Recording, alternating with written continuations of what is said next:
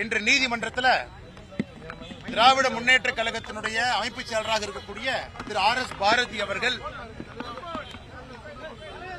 June மாதம் 23ஆம் தேதி நம்முடைய கள்ளக்குறிச்சியில இல்லீகல் ஹூச் டிராஜடி விஷச்சாராயம் கள்ளச்சாராயம் இதையெல்லாம் அருந்தி கிட்டத்தட்ட 65 பேர் இன்னைக்கு இறந்திருக்கிறாங்க. 23/6/2024 ஆர்.எஸ். பாரதி அவர்கள் ஒரு பத்திரிகையாளர் சந்திப்பில் என்ன சொன்னாங்கன்னா, இதற்கு காரணம் அண்ணாமலை, அதாவது நான், அண்ணாமலையினுடைய கான்ஸ்பிரசி, அதாவது கூட்டுச்சதி, சதி செய்து எங்கேயோ ஒரு இடத்துல இருந்து கள்ளச்சாராயத்தை கொண்டு வந்து அதை கள்ளக்குறிச்சியில் நம்ம கொடுத்திருக்கோம், அதனால மக்கள் இறந்துட்டாங்க அப்படின்னு அமைப்பு செயலாளர் திரு ஆர்.எஸ். பாரதி அவர்கள் சொன்னாங்க.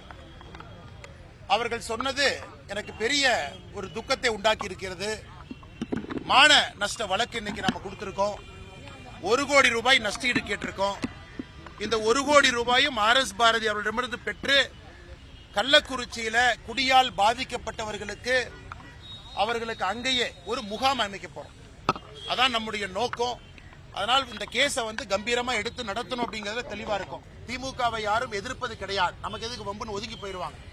ஆனா இந்த விஷயத்துல திராவிட முன்னேற்ற கழகமாக இருக்கட்டும், ஆர்.எஸ். பாரதியாக இருக்கட்டும், நிச்சயமாக நாங்கள் சிறைக்கு அனுப்பத்தான் போகின்றோம். அவர்களிலிருந்து வசூலிக்கப்படக்கூடிய அந்த மான நஷ்ட தொகையும் கூட கள்ளக்குறிச்சியிலே போதையால் பாதிக்கப்பட்டவர்களுக்கு ஒரு மறுவாழ்வு சிகிச்சை மையமாக அமைக்கவும் என்பதையும் கூட எங்களுடைய அபிடவிட்ல சொல்லியிருக்கோம்.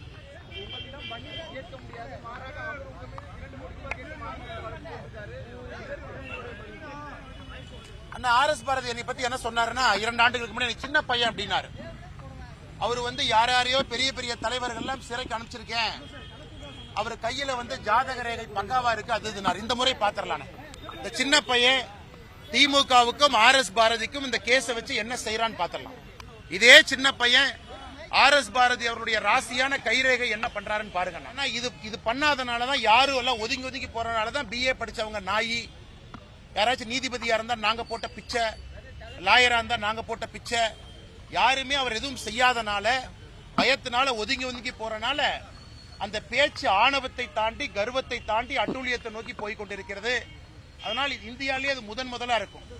நான் கள்ளச்சாராயத்தை காய்ச்சி வித்தேன் அப்படின்னு சொல்லிட்டு மான நஷ்ட வழக்கு போடுற ஒரு ஆள் மேல மான நஷ்ட வழக்கு போடக்கூடிய ஒரு ஆள், அப்பனா அவருடைய லீகல் அட்வைசர்ஸ் எல்லாம் சரியானவரான்னு ஆர்.எஸ். பாரதி அவங்க செக் பண்ணணும்.